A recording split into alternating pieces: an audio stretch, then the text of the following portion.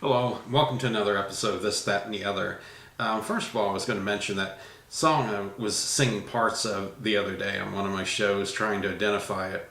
It's Eric Carmen, Never Gonna Fall in Love Again. I didn't quite have the words right, but I had heard it over satellite radio at Giant Food when I used to work there. And I've never actually heard the song on the radio, but his most popular songs, All By Myself. I've heard that numerous times, but I like the voice he had and the instrumental in it and everything. I thought it was kind of a cool song. The one I did last week on the apartments in Huntsville, still don't have the answer on that one. Going to keep working on that, sending maybe some messages to other people, see who might know something about Huntsville, Alabama history. Well, my show focuses on a variety of subjects, sometimes obscure subjects, and this is another one of the obscure ones.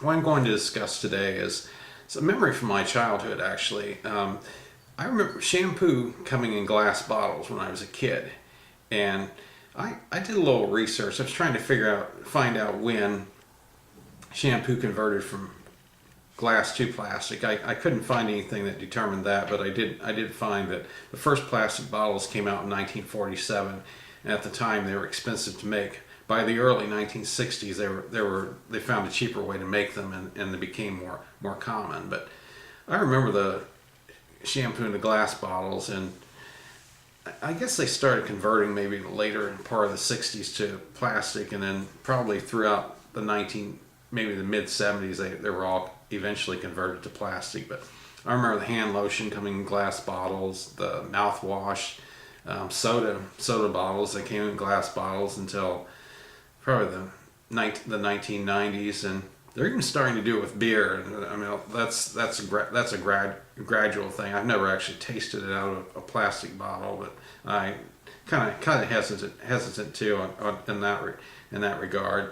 But anyway, I want to show you some samples. Like I said, I have a friend that has a bottle collection, and he had some glass bottles of shampoo. These are actually all bottles that still have the shampoo in it, maybe unopened bottles, but I don't know what the value is or how old these bottles are, so I got to be careful with them when I show them to you. But the first bottle I have is a Prel shampoo. It's 16 ounces. It says Imperial size, extra rich liquid Prel shampoo.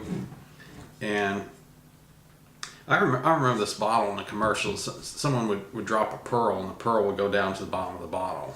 I remember that from the 1960s. But here's the top of the bottle. It has a price on the top. I don't know, can't quite read it. I guess 30 cents maybe. Yeah, that could be about right. You're talking about back in 1960s. And here's the front label that I read. It says Prel shampoo, liquid Prel, and the bottom of the bottle. I like the pretty green color.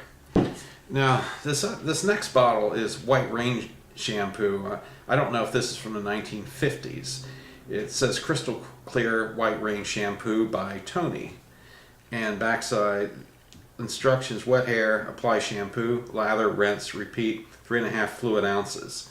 And here's a bottle of the White Rain right here, and it's the front of it. It says Tony on it. That has the Tony logo, the White Rain logo. And here's the back where it has the instructions on how to use the shampoo. The last bottle I have is called Woodberry shampoo, and I don't remember Woodberry ever making shampoo. I remember bars of soap, but it has a picture of a lady on it. It looks like from the 1960s, maybe the early 1970s, and it says Woodberry shampoo, 15 fluid ounces. This is the biggest size bottle, and there's actually a paper thing on the side of it still intact. It says family size, 15 fluid ounces, extra rich formula. And this is a top of the bottle, and this is the thing that's on the side. It's still there.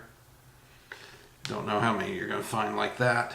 And here's the front of the bottle, the picture of the lady on it, as you can see. And here's a little overview of the bottle, and that's basically all I really have on shampoo. on glass bottles of shampoo, but I can imagine what it must have been like. I mean, these were around when I was a kid, but I can imagine what it must have been like for people to use, how dangerous these things must have been. People in the shower using them, or in the bathtub and dropping in the shower, breaking, maybe you slipping on the shampoo, getting yourself cut.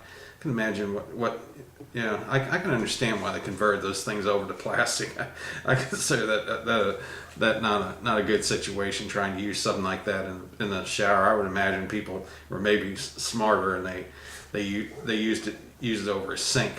But anyway, that's what I have on the glass shampoo bottles. That would be an interesting subject to discuss, and it brought back an old memory of mine. And I want to thank my friend for letting me borrow these bottles. Gotta get them back to him in one piece and everything. Like I said, I don't know the value of them, but anyway, that's it for today, and thanks for watching.